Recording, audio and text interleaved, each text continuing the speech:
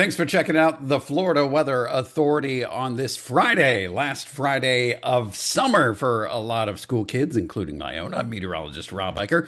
We're going to jump right into the tropics. Don't worry, the tropics are quiet and likely to stay that way here.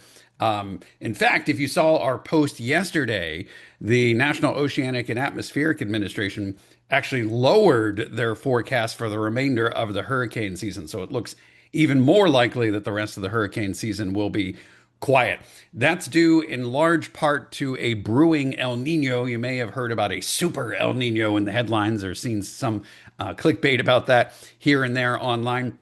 Technically, that's not a thing. There are categories of El Nino. Super is not one of them, but that's a subject for a whole nother video. Back to the lecture at hand. Forecast for the next couple of days is looking wet in our area, but dry over the tropics. And let me show you what's going on. This is a 2-day satellite loop, so it's pretty long here. But if you look right over my head, I'll point it out right in there. That is dust coming off of the coast of Africa and spreading across the tropical Atlantic. You can see it really well when the sun is up right there.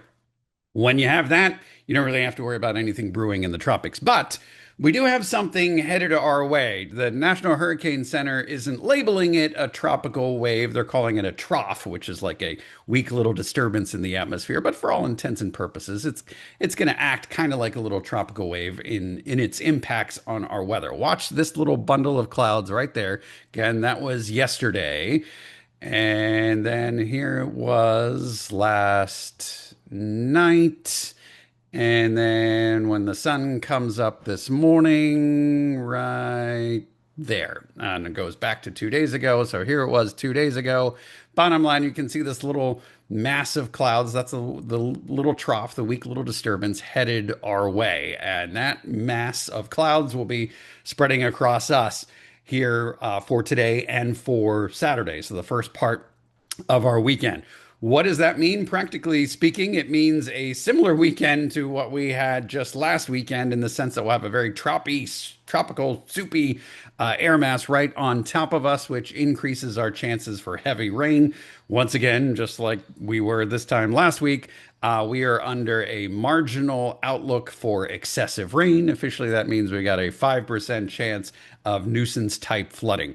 So again, any of the storms that do develop today will be capable of producing brief periods of really heavy rainfall. And since we're expecting could be multiple rounds of showers and thunderstorms today and tomorrow, that increases our chances of possibly some nuisance type flooding. But as Amy mentioned yesterday, most of the state is still in a drought situation, so rain is not necessarily a bad thing. And to get the tropical rain without the tropical winds is really a bonus.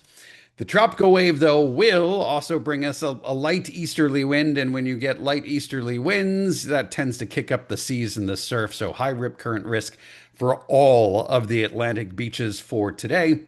And that will likely continue into Saturday and Sunday. That also means higher seas out on the open water. So, not the best beach and boating conditions as we head through the weekend. By early next week, things will start to calm down. But that's basically the forecast. There you go. Good chance for showers and thunderstorms both Friday and Saturday. That will keep the temperatures in check. However, the air will feel, again, very soupy, very thick with moisture. So it's going to be really humid and kind of sticky out there, even though the temperatures will be actually at or a little below normal next couple of days. Then things flip 180 degrees as we head into next work week. Much drier air moves in. That basically means our rain chances fall off a cliff. And without the afternoon showers and thunderstorms, it's going to get hot mid 90s for the middle of next week with little to no chance of rain each afternoon. We're going to have to watch out for heat advisories during the middle of next week, again, with temperatures like that. Anyway, enjoy your last weekend of summer for those that are heading back to school next week. Thanks for tuning in. Have a good weekend.